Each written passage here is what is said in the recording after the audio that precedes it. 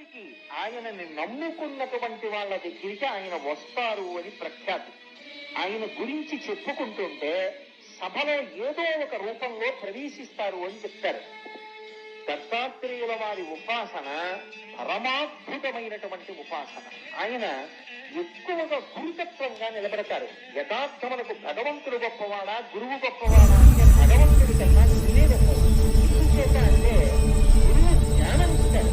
మళ్ళీ ఇక పుట్టవలసిన అవసరం లేని స్థితికి గురువు పైకెత్తుతాడు. అంటే దాని ఉద్దేశం గురువు కోర్కెలు తీర్చలేడు అని కాదు.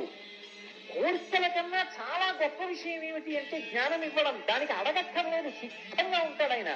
అలా కూర్చునేటటువంటి గురువు దగ్గర జ్ఞానాన్ని పొందడం అన్నిటికన్నా గొప్ప. మహానుభావుడైనటువంటి దత్తాత్రేయ స్వామి వారు గురుస్వరూపంలో కూర్చుంటారు. అందుకే ఆయన జ్ఞానప్రద. వీడియో నచ్చితే లైక్ మరియు షేర్, సబ్స్క్రైబ్ చేయండి. ఇలాంటి వీడియో కోసం బెల్ ఐకాన్ నొక్కండి.